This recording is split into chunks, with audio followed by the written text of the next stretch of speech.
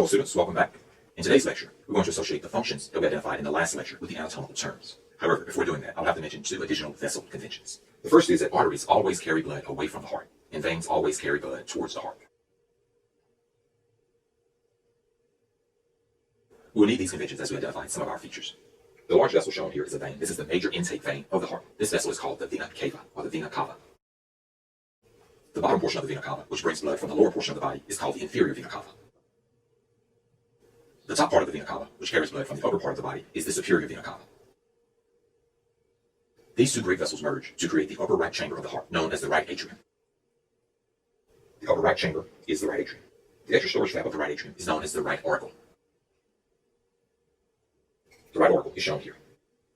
From the right atrium, the blood moves to the muscular part of the heart and exits the heart through the vessel here, leading to the lungs. The part of this vessel which carries blood to the left lung is known as the left pulmonary artery. Even though the blood is deoxygenated, it's still an artery because it carries blood away from the heart. And on the right side, we have the right pulmonary artery.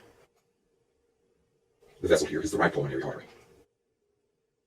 Here is the right pulmonary artery, which carries the oxygenated blood to the lung. In the lungs, the blood is oxygenated and returns to the heart through this vessel here. This vessel is a right pulmonary vein. Even though the blood is oxygenated, it's still a vein because it's carrying blood to the heart. And shown here is the right pulmonary vein. And on the left side, of course, we have the left pulmonary vein.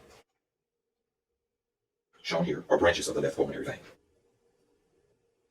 The right and left pulmonary veins converge to create the upper left chamber of the heart, known as the left atrium. Associated with the left atrium is an extra storage flap, known as the left auricle. The left auricle is shown here. The extra storage flap is the left auricle. From the left atrium, the blood travels into the muscular portion of the heart and exits the heart through the major artery of the body, which carries oxygenated blood to all the body tissues. This major artery is known as the aorta. And the aorta is shown here. This huge bend in the aorta is known as the aortic arch. The ligament which holds the aorta in place is known as the ligamentum arteriosum.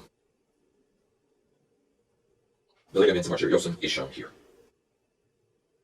The left and right pulmonary arteries are branches of a larger vessel known as the pulmonary trunk. This portion of the vessel is the pulmonary trunk, but I don't want to keep all of that here.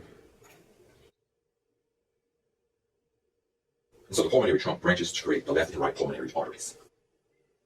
We've now identified all of the anatomical terms associated with the functions. So that concludes this lecture.